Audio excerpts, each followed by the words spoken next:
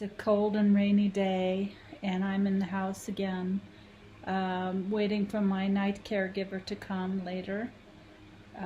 These are the hours where it is very, very lonely. I don't have a therapist or a caregiver with me, um, and I go these stretches where I'm just alone.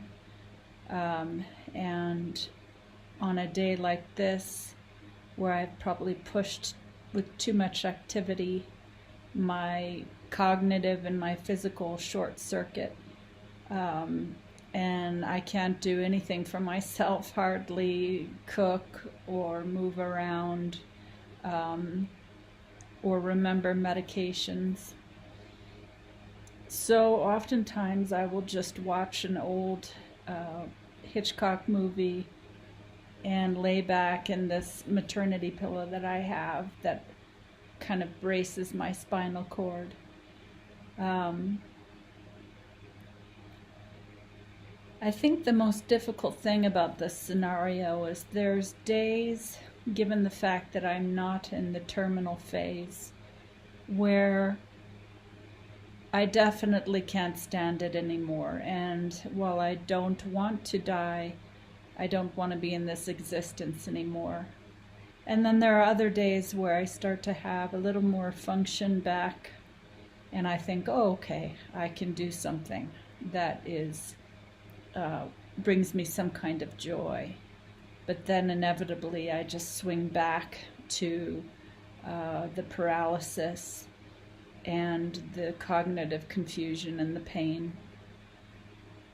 So it's a disease that ebbs and flows, but ultimately the trajectory is downhill, which is really the progressive form of MS that I have.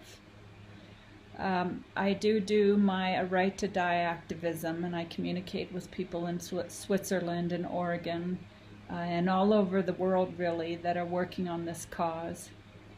And I was talking with my medical massage therapist today. She was telling me a story of a lady that had Lou Gehrig's disease, or they don't even know what it was. They called it Lou Gehrig's disease. And then there was a gentleman who started Mountain Home Health Hospice here who had Parkinson's and then a stroke, and he decided he didn't want to live in that existence anymore. And so he stopped eating and drinking, and there was some way to ameliorate his pain while he was doing that.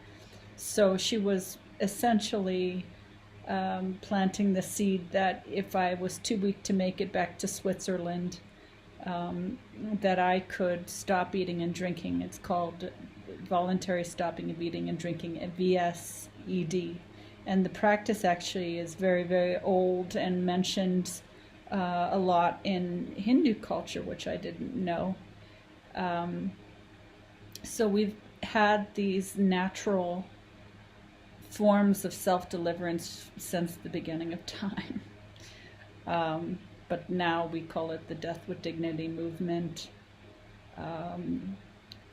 So at some point, given, that I struggle with this going back and forth between to be or not to be, do I push on longer, or do I just commit to this and get on the plane back to Switzerland or call final exit? At some point I have to override that physical holding on, because the body fights under tremendous circumstances. Even when it is wrought with disease, it will continue to fight to survive.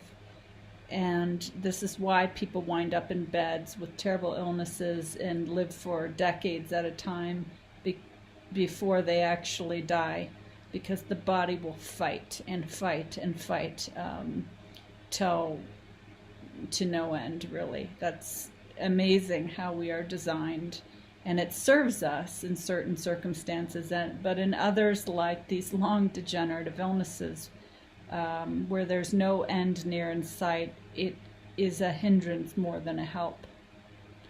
And at some point, my ego's tendency to want to hold on to life, because I'm not actually a suicidal person. I love life. And my physical body's holding on.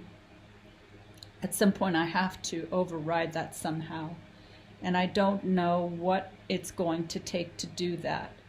I may have friends and activists watching my decline and saying, hey, Maia, it's going to be really difficult to make that flight soon. You better think about preparing to go back. And we could say that that is the red flag. But even then, when people have said that to me recently, that it might be getting too late to go back as you are in this condition, I've still held on. Because nobody wants to die, right? I mean, most people want to live, and that's the way we are designed.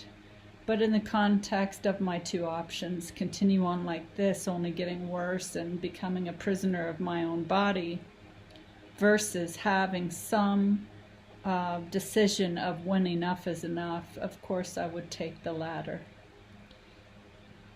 But so here's another day where I'm in my corner in the living room and thinking about this to be or not to be question, and what it's going to take to have the courage to finally let go, knowing that the illness is only getting worse.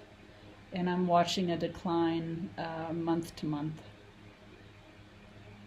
But these video diaries give me some ability to chart and to share my experience.